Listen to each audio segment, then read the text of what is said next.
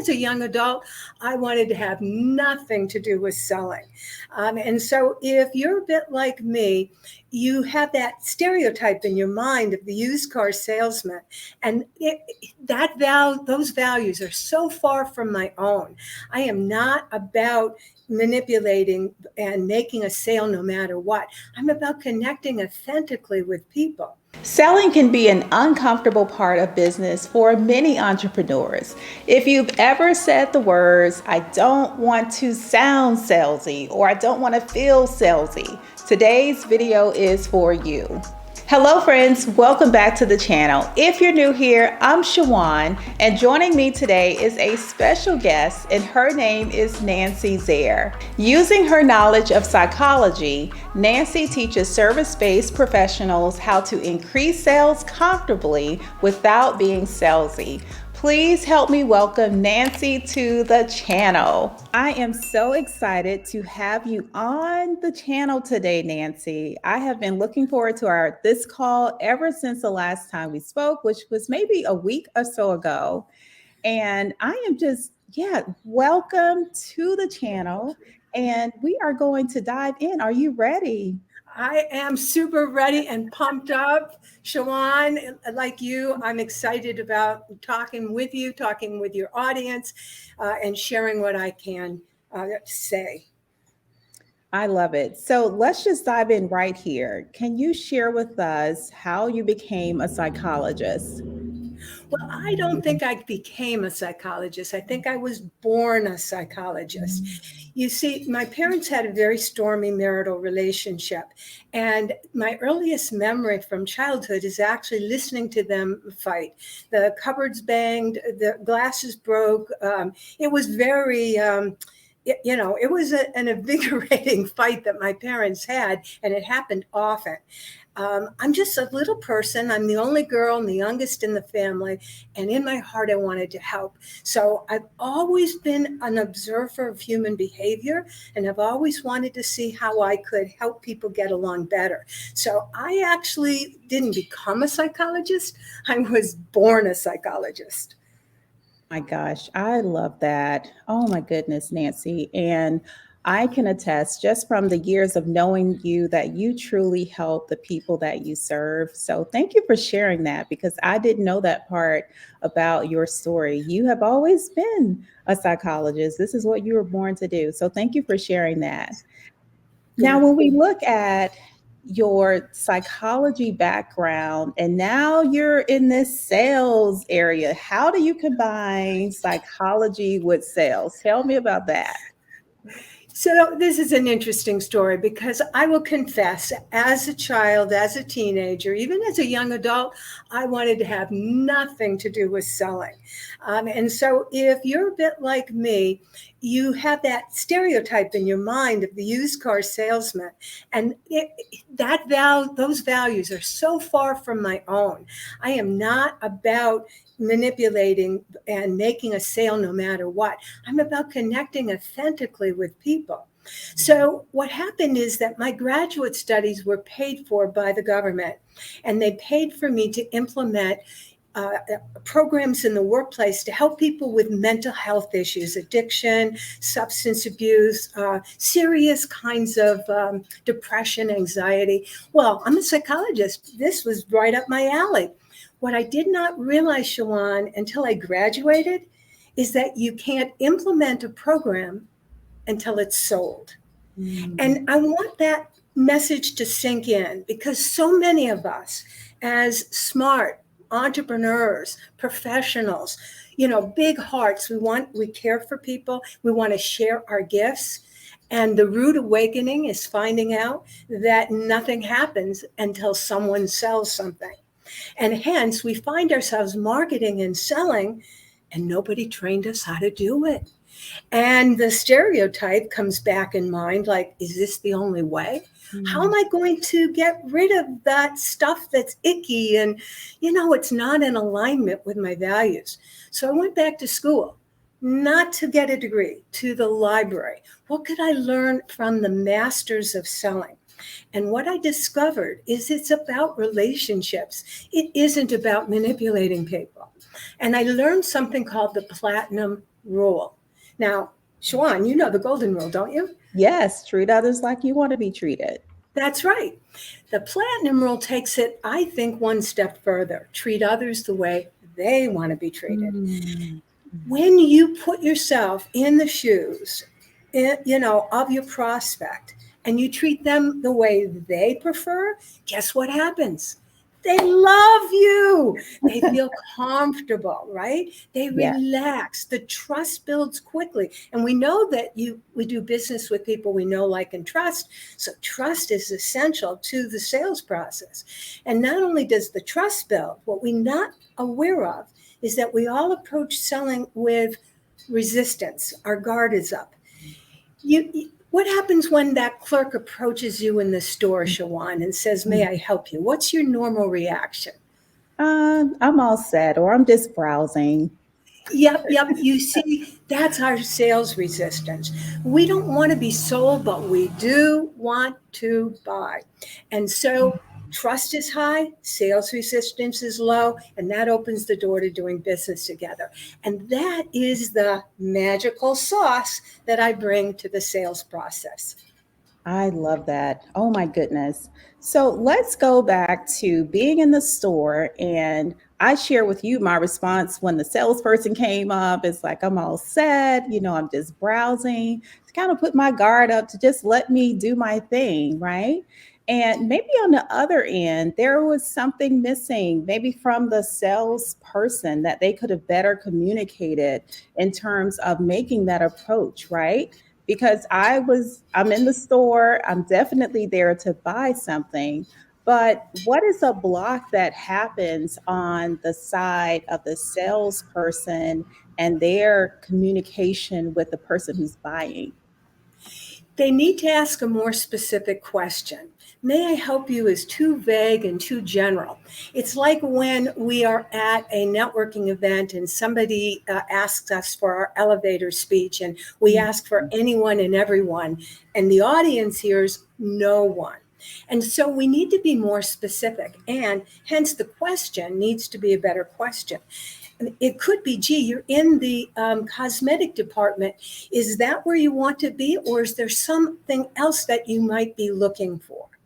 And notice that by identifying, okay, you're here, but is there another place you want to be? Or automatically your response will change. And you'll say to yourself, "No, I'm not looking for cosmetics. Actually, I'm here to get a blouse." And hence, you might move in a different direction. And you give that salesperson a chance to say, "You know what? We have a sale today on blouses. May I show you where the department is?" And now you're open to flowing and moving with that sales clerk. Does that make sense to you? Absolutely, it absolutely does. One point that you brought up, you mentioned the marketing and sales. And as business owners, we need both the marketing component as well as the sales component to drive our businesses forward. And I know, you've heard it too, like, I don't want to feel salesy, I don't want to sound salesy. And oftentimes it's connected back to these experiences that we've had. So maybe like the used car salesman example. So can you share with us some common mistakes that you see us making as business owners when it comes to the selling side of things? Why do we feel this way? So, two things immediately pop in mind. One is overenthusiasm. "Oh my God, this is the best thing since sliced bread, and you need it." You know what? I don't know whether somebody needs it until you've had a proper exploration of where they're at and where they want to be. But people often approach selling with this over enthusiasm that what I offer is the best thing. And well, obviously you need it because you're in business and I do XYZ and businesses need XYZ. So that's the first thing I'd say is over enthusiasm. The second thing is desperation. It's funny how our energy is transferred to the buyer. That's really what we're actually selling. We're not selling our service, we're not selling a product, we're really selling the energy. And so it's good to have that enthusiasm because people actually do like that as an energy. However, when we come across with desperation, when we come across, oh gosh, I don't know if I'm going to, pay my bills and I really got to make this sale, that is being transferred too. People pick it up. They pick it up subtly. It's not even the words we use, it's something energetically that we're communicating. So we are communicating energetically with the buyer. And I remember years ago, Shawon, I heard that we need to have posture. Right? Posture was that means standing tall, balancing books on top of my head. Well, not really. It actually is a mindset. It's a presence of feeling that I'm great, I'm good, but and that I have something of value. And it's kind of in that sweet spot of not being desperate and not being over enthused, but having presence and having poise and having what's called posture. I love that. And speaking of posture and this poise and energy, also, I am like drawn to the yellow hat that you are wearing today. And I didn't share this in the introduction, but you and I met several years ago. I would say maybe 7 or 8 years ago. And you were wearing this hat, and it has meaning behind it. So, can you share a little bit about why the beautiful hat that you're wearing today? So, as you know, I actually have four different colored hats. Somebody has asked me how many hats I own. Well, I own 17, but you know what? They're all in the same colors, four primary colors. I call this gold, and there's a red one, a blue one, a green one, and the hats came about because of the fact that I often speak on stage. Now, you actually, I think the first time we met, I might have been the speaker at a networking group that I eventually joined, and where we then developed more our relationship. And so I was speaking, and I think at the time I was using colored glasses. Now, your listeners can't tell, but I'm 5'3". It's a little on the short side. And when you're on the floor and not on a raised platform, and you're 5'3" wearing glasses, the glasses aren't showing so much. And I was being punny, right? Look through the lens of your prospect, and it's about the platinum rule. Well, I began adding the hat because it added height. It's a bigger saturated piece of color. And eventually, when COVID happened and we were online and I was no longer speaking on stage, I just kept the hat. And it's now become my branding. When people go to my YouTube channel or LinkedIn or even Facebook, you're going to see me with a hat all the time. It's now my branding statement. And of course, you as a photographer will appreciate that when I had my branding photo session, it was with hats. And I love that. And it's definitely something that you are known by.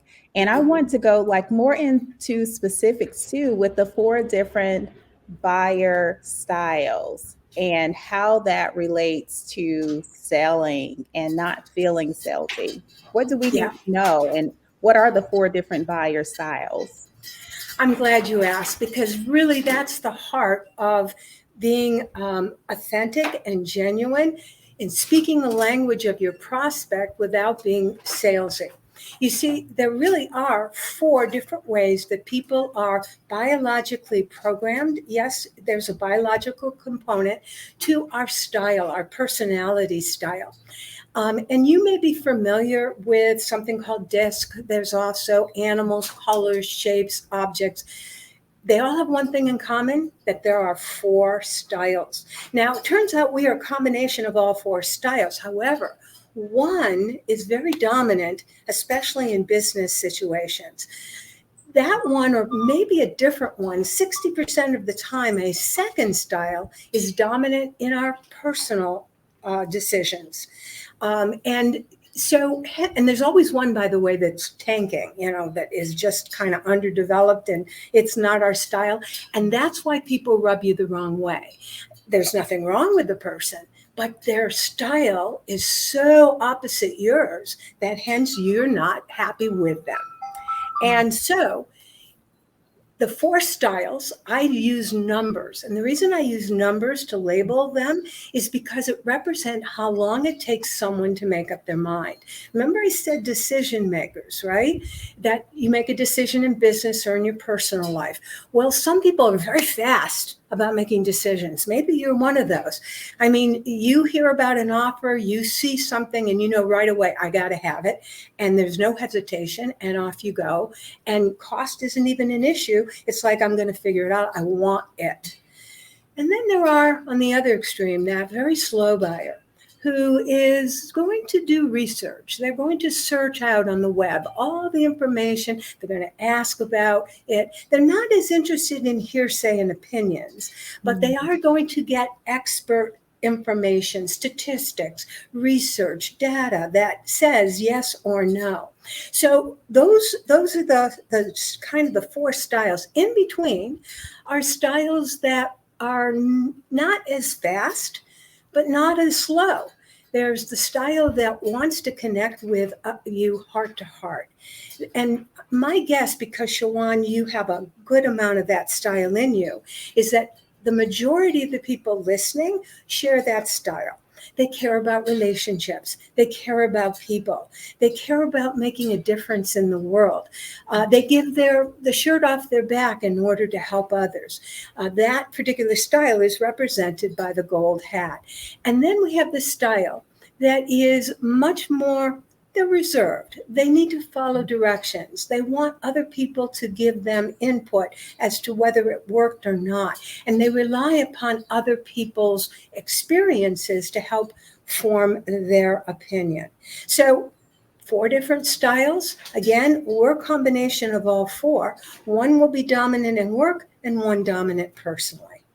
I love this. I've always loved this because it resonates so well and it's so true. Especially as you observe and being a business owner too, as you're listening in and you're communicating with your clients, you may not be able to, or until this point, you may not have seen the variation there, but it definitely exists.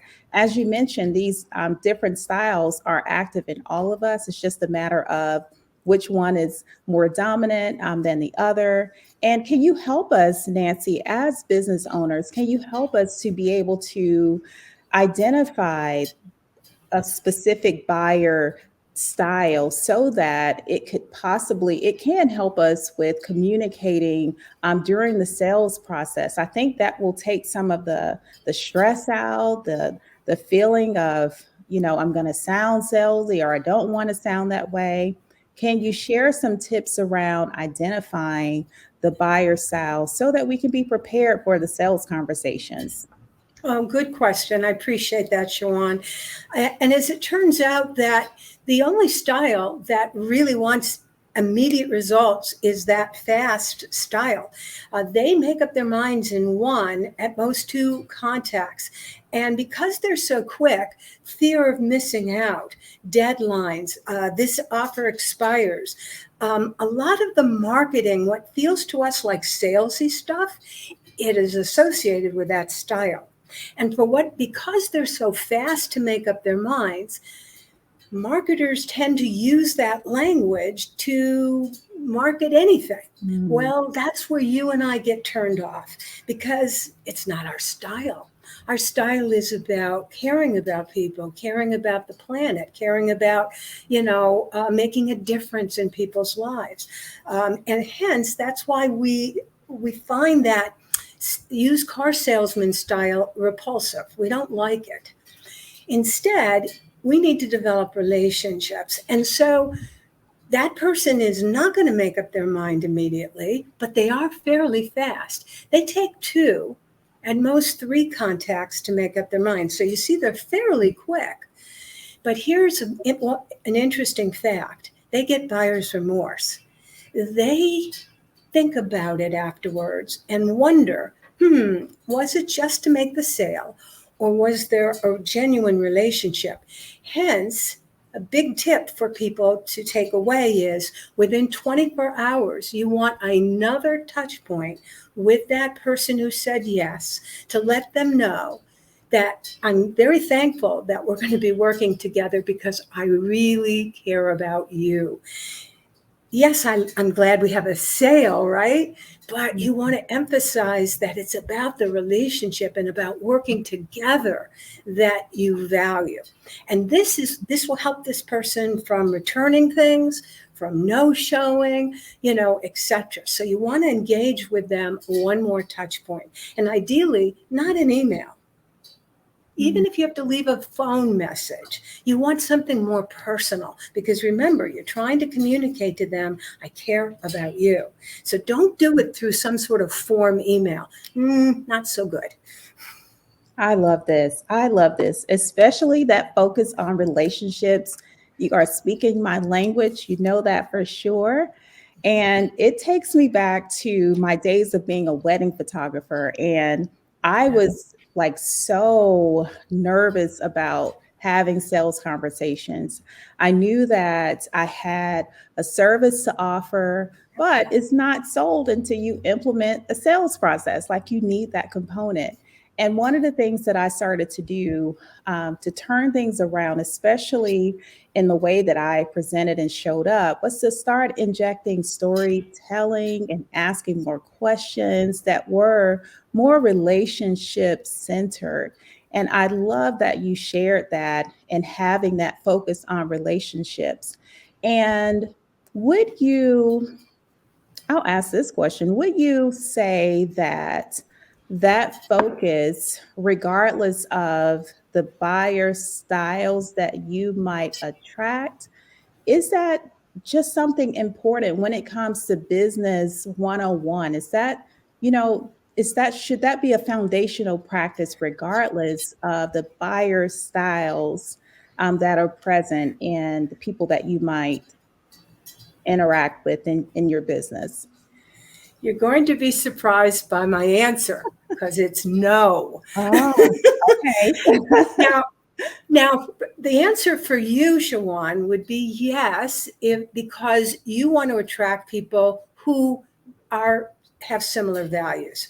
Because that's your sweet spot. That's where you're going to excel. They're going to rave about you, and the selling becomes easy. It's not like you're working at it.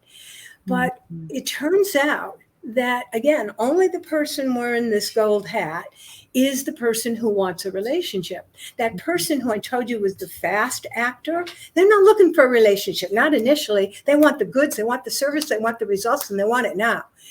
That slow buyer that I mentioned at the beginning, that slow buyer, icky relationships, they're not touchy-feely. They want information, data. They want, solid, concrete evidence. So that squishy stuff called a relationship, they hesitate about small talk. It doesn't feel comfortable.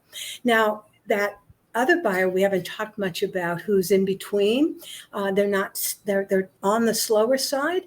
They're the ones that want social proof. They want other people's experiences because they're looking for safety and security.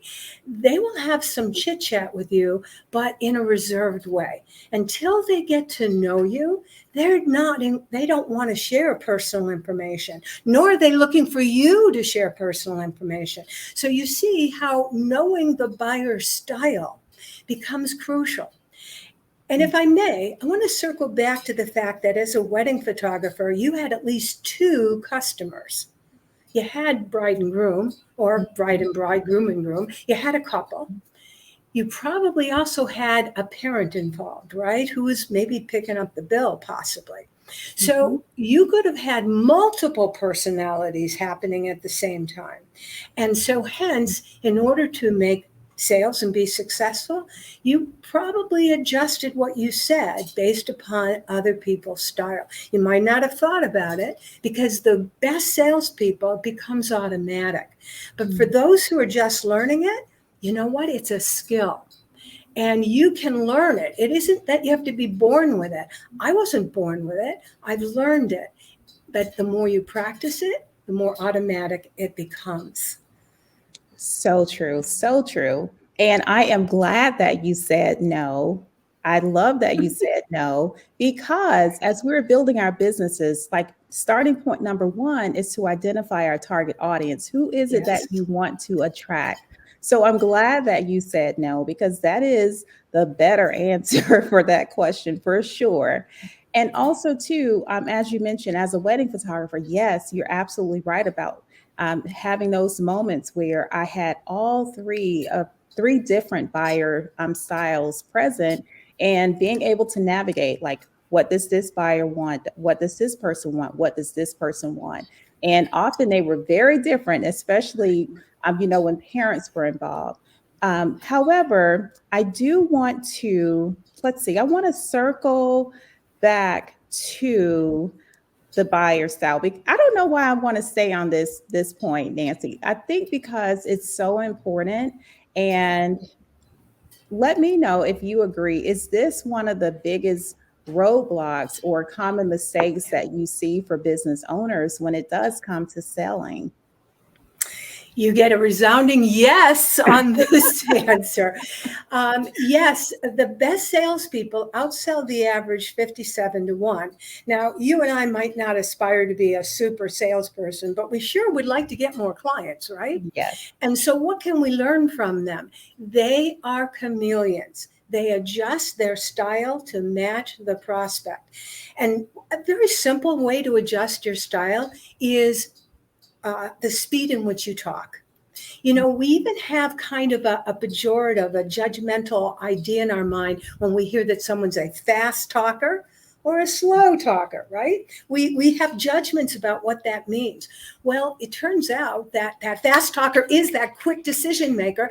And if you're talking to someone who's a quick decision maker, you need to up your energy level. Remember, energy sells. You need to up that energy level. But if you're talking with someone who is slower, you need to down pedal your energy. Remember, energy sells. So just a quick little tip is, change your vocal qualities, especially the speed, to match the other person. And I will also share, although I've just given you this wonderful tip, the Yes. majority of us are not very good at listening. We just think everybody's speed is the same. Well, my suggestion as you leave this podcast, as you leave this broadcast, start listening better. People really do have different rates of speed in which they speak. Wow, that's so good. Oh, I'm so glad you shared that, because, yeah, we could have taken energy to mean something different. And the way that you just added on that tip, that advice was super helpful. Thank you for sharing that. I definitely wrote that down in my notes. So good, so good. So, as we are wrapping up, Nancy, can you share one other piece of advice? Because that was a huge piece. One more piece of advice for, or to encourage that business owner who's had a little struggle in this area. What is one other piece of advice that you can share with them so that they can release that and start to serve the clients they were called to serve by being able to close and sell and close those offers or those deals, the service that they provide? So, my advice is that as an entrepreneur, and I bet Shawon, this was true for you as well as me, especially as you're starting off, the next bright, shiny object you start to chase. You say to yourself, oh my God, this is a great solution. So and so is getting results, or the person promoting it is telling you about these outstanding results. You want results. Your results are kind of so so at this point. And so you grab hold of it. And it may not be in alignment with your style. You see, it may be pitched at that style that is salesy. And then you wake up and you say, it didn't work and it doesn't feel right. And I'm not a happy camper. So my last tip is you've got to be authentic. What are your values? And you need to find people in alignment with those values, and strategies and techniques and approaches that align with your values. And I'll confess that when I went searching for the platinum rule, that was what I was looking for. That's why I was so impressed with the idea that I needed to, adjust myself and treat others the way they want to be treated, because I knew I didn't want to be treated in this slipshod, go get them, sell at all costs way. And I was looking for people who shared those values. Hence, that's why the platinum rule for me is so special. I love that. I have been over here nodding my head in agreement. 100% yes. Oh my gosh. Leave Nancy some love in the comments if that piece of advice resonated with you, because gosh, it hit home for me. That was amazing. Alignment is everything, Yeah. and treating others the way they want to be treated. Wow. Thank you so much, Nancy. Oh my gosh. All right. We are going to like breathe a bit, and then we're going to head into our rapid round of questions here for our guest, Nancy. So, Nancy, how about let's start with you sharing a fun fact about the woman behind the brand. So you might say to yourselves, gosh, she is an extrovert. Guess what? I'm an introvert. Okay. I'm personally shy. I was that wallflower growing up, who kind of envied all the other people who were popular and out there. What I have learned, and again, another little tip I'm going to throw in, Shawon, is act like the hostess. If you become the hostess at an event, you've got a role to play, you help other people feel comfortable, and you don't feel so awkward. So anyway, that is a fun fact about me. I'm actually an introvert. Oh, I did not know that, would not have guessed that. All right, so introvert to introvert here. I know. And let's see, what about a favorite hobby? You're down in South Florida. So, what's a favorite hobby? Maybe something that's different for you now. So actually, it is different, but it is in alignment with what I did up north, and that is I foster dogs. Now up north, I owned dogs, but this time I've been fostering dogs. I'm right now on number 19 in over a year that I've lived here. And, a lot of people say, oh my God, how can you do it? I could never give them up. I am actually waiting to become a foster failure. But because I know I'm serving the family that had to let go of the dog itself, because I'm giving it good care. And in many cases, I actually have to train the dog. And then I know that the new family is getting this wonderful pet. So far, it feels like a good fit. Yes, I'm going to say that's a good fit for you. Definitely an alignment with who you are. Oh my gosh. And oh my goodness, those dogs are in the best hands for sure. For sure. I don't know how the new families can measure up to the care, but oh my gosh, what a great thing you're doing there.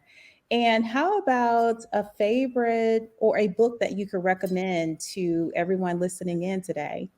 Well, I have so many books I could recommend. Of course, Think and Grow Rich, Law of Attraction, but maybe one that people haven't heard of. I'm a student of spirituality, A Course in Miracles. Now, it is a big, massive book. And when you learn about it, you'll say, oh my goodness, it's channeled. So supposedly it came from the spirit world. But I recommend you start with the teacher's manual. It's the easiest part to comprehend, but it has definitely changed my life and fed my soul. Mm, beautiful. And how about, let's see, something else? Oh, vacation. Do you have any vacations coming up and planned, Nancy? None coming up and planned right now, except probably I will head up north because I miss my friends, my buddies, but right now, I don't have any big plans for vacation. All right, that's fair enough. And I hope I get to see you when you're visiting. Yes, yes. Well, Nancy, I want to say thank you so much for coming on today. I thoroughly enjoyed this talk. I knew that I would from the moment that you said yes to coming on. So thank you so very much. Thank you. And in turn, I want to thank you. Shawon is an excellent interviewer. She asks great questions. She listens well. She's enthusiastic and supportive. And I appreciate your inviting me and having me as your guest. Thank you. Oh my gosh. Thank you, Nancy. Thank you. And before we wrap up, can you let us know where we can find you? Well, of course, on my website, nancyzare.com. You can also find me on LinkedIn. That is my jam. I love to post on LinkedIn. So LinkedIn, / Nancy Zare. Okay, that is very easy. So it's my whole name. Those are some of the quick ways. And I'm sure you'll have that in the program notes. Yes, absolutely. I'm going to leave all of Nancy's information down in the description below. And I want to say thank you so much for tuning in today. Please leave Nancy some love down in the comments section. Let her know what resonated most with you today. Don't forget to give the video a like, subscribe to the channel, and I'll see you in the next video. Bye. To your sales success.